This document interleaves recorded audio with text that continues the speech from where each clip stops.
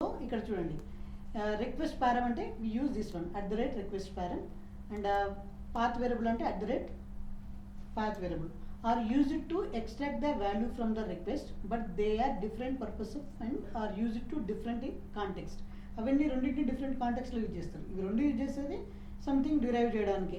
Okay, detail explanation ఏంటంటే @request param the purpose ఏంటంటే used to extract the query parameter from the URL. యూఆర్ఎల్లో query parameter అంటే ఏంటంటే మన యూఆర్ఎల్లో క్వశ్చన్ మార్క్ తర్వాత వచ్చే వాటిని క్వెరీ పారామీటర్స్ అంటారు. సో ఫర్ ఎగ్జాంపుల్ ఇక్కడ చూసారనుకో, ఇది ఉంది యూఆర్ఎల్, ఇది ఉంది కదా, దిస్ ఈజ్ యూఆర్ఎల్. మీకు తెలుసు కదా ఈ యూఆర్ఎల్, ఇది ఎనీ డౌటా? ఇది యూఆర్ఎల్ కదా, ఇది URL. So this is URL. ఈ యూఆర్ఎల్ ఇక్కడికి ఎండ్ అయిపోయింది. దీని తర్వాత క్వశ్చన్ మార్క్ వచ్చింది చూసారా, క్వశ్చన్ మార్క్ తర్వాత వచ్చే వాటిని క్వెరీ పారామీటర్స్ అంటారు. రిక్వెస్ట్ ద్వారా వచ్చినాయి కాబట్టి రిక్వెస్ట్ క్వెరీ పారామీటర్స్ అంటారు, రిక్వెస్ట్ పారామ్స్ అంటారు, రిక్వెస్ట్ క్వెరీ పారామీటర్స్ అంటారు, క్వెరీ పారామీటర్స్ అంటారు. అంటే యూఆర్ఎల్కి తర్వాత క్వశ్చన్ మార్క్ తర్వాత ఇక్కడ రిక్వెస్ట్ పారామీటర్ ఏంటి, ఇక్కడ నేమ్ ఉంటుంది, వాల్యూ కీ వాల్యూ పేరు అన్నట్టు. ఇక్కడ నేమ్ ఏంటి, పారామీటర్ నేమ్ వాల్యూ ఉంటుంది. ఎగ్జాక్ట్లీ ఇక్కడ ఏ నేమ్ ఇస్తామో అక్కడ అదే నేమ్ ఇచ్చుకోవాలి. The problem with the request parameters and path variable is, ఇక్కడ రిక్వెస్ట్ పారం నేమ్ ఏమొస్తుంది, నేమ్ వస్తుంది. అక్కడ నేమే ఇచ్చుకోవాలి. రిక్వెస్ట్ పారం అనేది పెడతా కదా నోటేషన్, అక్కడ సేమ్ నేమే ఇవ్వాలి. అక్కడ నేమ్ 1 అని ఇచ్చారనుకో ఇట్ వోంట్ కన్సిడర్. ఎందుకంటే I'm telling this is my request query parameter. అంటే సేమ్ ఎగ్జాక్ట్లీ ఇది ఏడొస్తుందో అది. అంటే ఇక్కడ ఏంటి, ఇక్కడ సింగిల్ డబుల్ కోట్స్ ఇట్లా పంపించాల్సిన అవసరం లేదు. ఓకే, అదే చూసేసుకుంటుంది నేము. ఇది రిక్వెస్ట్ పారం. అంటే యూఆర్ఎల్లో టెండ్ ఎప్పుడైతే క్వశ్చన్ మార్క్ తర్వాత వస్తాయి కాబట్టి క్వశ్చన్ మార్క్ని ఏమంటారు, క్వెరీయింగ్ అని అంటారు. క్వెరీ అన్న క్వశ్చనే కదా, do you have any queries అని అడుగుతారు, do you have any questions అంటారు. వాట్ డస్ మీన్స్, ఇట్స్ నీకు డౌట్స్ ఉన్నాయా, వాడు ఏం చేస్తున్నాడు, I need a resource based on my query. My query ఏంటి, క్వశ్చన్ మార్క్ తర్వాత నేమ్ జాన్ ఉన్నవన్నీ I want to get it అని అంటున్నాడు. Okay, this is query parameter. ఇక్కడ ఏంటి, ఇక్కడ పర్పస్ ఏంటి, used to extract the query parameters from the URL. అంటే క్వెరీ పారామీటర్ని మనం ఎక్స్ట్రాక్ట్ చేస్తాము. తర్వాత యూసేజ్ ఏంటి, typically used when you want to extract the data from query string of the URL. అంటే మనకి ఏదైతే క్వెరీ స్ట్రింగ్ ఉంటుందో దాన్ని బేస్ చేసుకొని మాత్రమే గెట్ చేయాలన్నప్పుడు మాత్రం, అంటే నేమ్ ఉంది కదా, నేమ్ తీసుకొని ఇక్కడ చూసుకుంటే ఇప్పుడు ఏం చేస్తున్నాడు, ఇక్కడ సింటాక్స్లో @query param value is parameter name. Parameter name ఏంటి, ఇక్కడ నేమ్. పారామీటర్ నేమ్ ఈజ్ ఇక్కడ నేమ్, వాల్యూ ఈజ్ జాన్. మనం వాల్యూ తీసుకోం, అక్కడ జస్ట్ నేమ్ అని చెప్పి నేమ్ తీసుకుంటాం. The required false or true అని తీసుకుంటారు. ఇక్కడ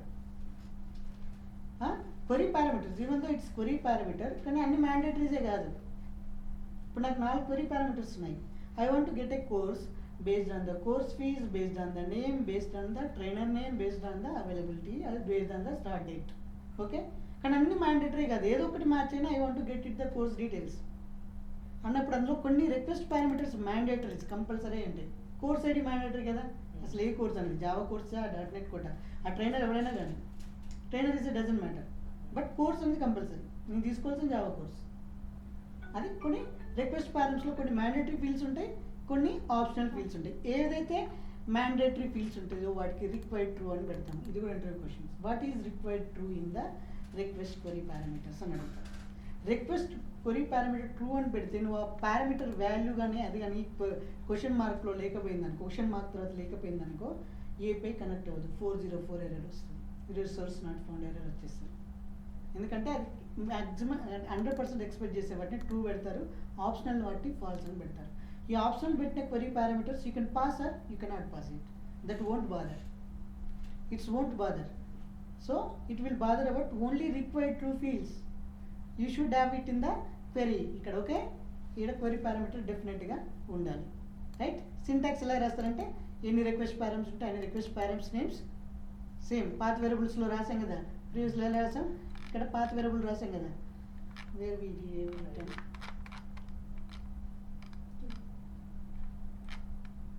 ఇలా పాత్ వేరియబుల్ రాసాం కదా, సేమ్ పాత్ వేరియబుల్ లాగానే రిక్వెస్ట్ పారం అంటాం. కానీ ఇక్కడ రిక్వెస్ట్ పారం రాసినప్పుడు ఇది రాయాల్సిన అవసరం లేదు. ఇక్కడ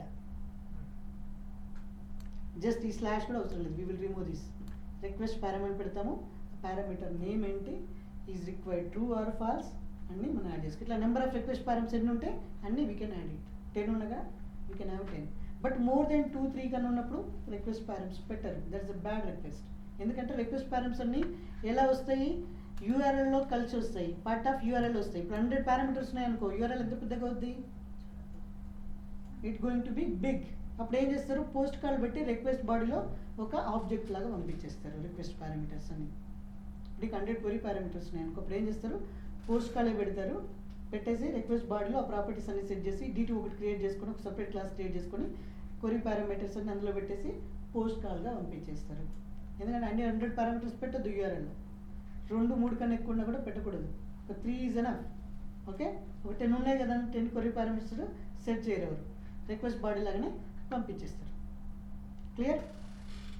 సో ఇప్పుడు ఏంటి, this is request parameter, right? తర్వాత ఏంటి, ఇక్కడ కోడ్ ఎలా రాస్తాం, get mapping API, okay, string some object name request parameter. ఇక్కడైతే నేమ్ ఇది మాత్రం యాజ్ ఇట్ ఈస్గా పాస్ అవ్వాలి, యాజ్ ఇట్ ఈస్గా ఇవ్వాలి. ఇక్కడ ఏ నేమ్ ఇచ్చానో ఆ నేమే ఇవ్వాలి. రిక్వెస్ట్ పారంలో నేను డిఫరెంట్ నేమ్ ఇస్తా అంటే ఇట్ వోంట్ యాక్సెప్ట్ ఇట్. నాకు వచ్చే నేమ్ ఇక్కడ మ్యాచ్ చేసుకుంటుంది. ఓకే, మ్యాచ్ చేసేసుకొని ఈ variable name you can give anything. This is the different, this is different. ఇక్కడ వచ్చేది ఇక్కడ ఏది పాస్ చేస్తున్నావో అది అన్నట్టు ఇక్కడ. ఓకే, ఇక్కడ నేమ్ 1 అని ఇచ్చినా it will take it. Okay, కాకపోతే నువ్వు ఇక్కడ నేమ్ కూడా మెన్షన్ చేయాల్సిన అవసరం లేదు. డైరెక్ట్ స్ట్రింగ్ నేమ్ అని ఇచ్చినప్పుడు ఏమవుతుంది అంటే, ఇది తీసేసి స్ట్రింగ్ నేమ్ అని ఇవ్వచ్చు. అప్పుడు ఏమవ్వాలంటే ఈ నేము సేమ్ ఉండాలి. ఈ నేమ్ ఇక్కడ ఉన్నప్పుడు దీన్ని మార్చుకుంటా అంటే యూ కెన్ చేంజ్ చేసుకోవచ్చు. But if you want to delete this, it should be same name. దీంతో పాటు ఇక్కడ మనకి ఏం పెట్టవచ్చు అంటే కామా పెట్టుకొని రిక్వైర్డ్ ట్రూ ఆర్ ఫాల్స్. ఇక్కడ required true or false. Default value in case ఏం వాల్యూ ప్రొవైడ్ చేయలేదు, డిఫాల్ట్గా ఏదైనా వాల్యూ తీసుకోవాలన్నా కూడా ఇక్కడ అంటే మనం యూఆర్ఎల్లో ఒక వాల్యూ పంపిస్తున్నాము, దానికి ఏం వాల్యూ రాలేదు, ఏదైనా డిఫాల్ట్ వాల్యూగా తీసేసుకోవాలి. బై డిఫాల్ట్గా అంటే you can set the default value to query param. ఓకేనా, అంటే యూఆర్ఎల్లో ఎంటీ వాల్యూ వచ్చింది, ఎంటీ వాల్యూ వచ్చినప్పుడు ఇక్కడ డైరెక్ట్ డిఫాల్ట్ వాల్యూ తీసేసుకోవచ్చు. Clear? This is query param. So in advantages path వేరియబుల్స్కి ఉండవు. ఓకే, పాత్ వేరియబుల్స్ వచ్చేసరికి ఏం చేస్తుంది, like this example extract the name of query parameter from the URL, part of URL. ఇది ఇక్కడ పైన మనం ఇది యూఆర్ఎల్ నుండి తీసుకున్నాము. పాత్ వేరియబుల్స్ కొంచెం చూద్దాం. ఓకే, పాత్ వేరియబుల్ ఏంటి, it is used to extract the value from URL. ఇది కూడా యూఆర్ఎల్ నుండే తీసుకుంటాము. ఓకే, పాత్ వేరియబుల్ కూడా యూఆర్ఎల్లోనే తీసుకుంటాం. కానీ ఎక్కడి నుండి తీసుకుంటున్నాము, path variable typical used when the value is part of the URL path it self. URL path అని ఎక్కడి వరకు అంటారు, దీటి వరకు యూఆర్ఎల్ పాత్ అంటారు. ఓకే, వీటిని క్వెరీ పారామీటర్స్ అంటారు. ఇక్కడ మనకు path variable is part of URL ఉంది. ఓకే, నాట్ క్వెరీ పారామీటర్, అంటే క్వశ్చన్ మార్క్ తర్వాత రాదు. సో ఇక్కడ ఏం చేస్తాము, ఇక్కడ జాన్ అని నేమ్ డైరెక్ట్ పంపించాడు, ఇక్కడ వేరియబుల్ నేమ్ ఏం పంపించారు. క్వెరీ పారామీటర్స్కి దీనికి డిఫరెన్స్ ఏంటంటే, రిక్వెస్ట్ చేసేటప్పుడు ఇక్కడ నేమ్ ఈజ్ ఈక్వల్ జాన్ అని పాస్ చేస్తున్నాం క్వశ్చన్ మార్క్ తర్వాత. కానీ పాత వేరియబుల్కి వచ్చేసరికి డైరెక్ట్ వాల్యూ వచ్చేస్తుంది. ఇక్కడ వచ్చే వాల్యూని మనం ఇక్కడ ఏమని చెప్తున్నాం అంటే, దీని పాత వేరియబుల్ను నేమ్ అని తీసేసుకో, స్ట్రింగ్ అని పెట్టండి. ఇక్కడ నేమ్ అనేది తీసుకోవాల్సిన అవసరం లేదు, ఎనీథింగ్ తీసేసుకోవచ్చు. ఎందుకంటే ఇక్కడ వచ్చేదానికి మనకి నేమ్ ఏం లేదు, టైప్ ఏమి ఇవ్వలేదు. దీనికి ఎనీ నేమ్ తీసేసుకోవచ్చు. పాత వేరియబుల్ నేమ్ ఇది వచ్చి దీన్ని వేరేలాగా తీసేసుకోవచ్చు, లేదా ఇదంతా తీసేసి డైరెక్ట్ నేను పాత వేరియబుల్ స్ట్రింగ్ నేమ్ అని తీసుకుంటా అంటే కూడా you can take it. Okay, this is the difference between @request param and path variable. So @request parameters కి ఆప్షన్స్ ఉంటాయి, required true or false. It's a part of URL, but after question marks request param will come, query parameters will come. Okay, this is the difference between both of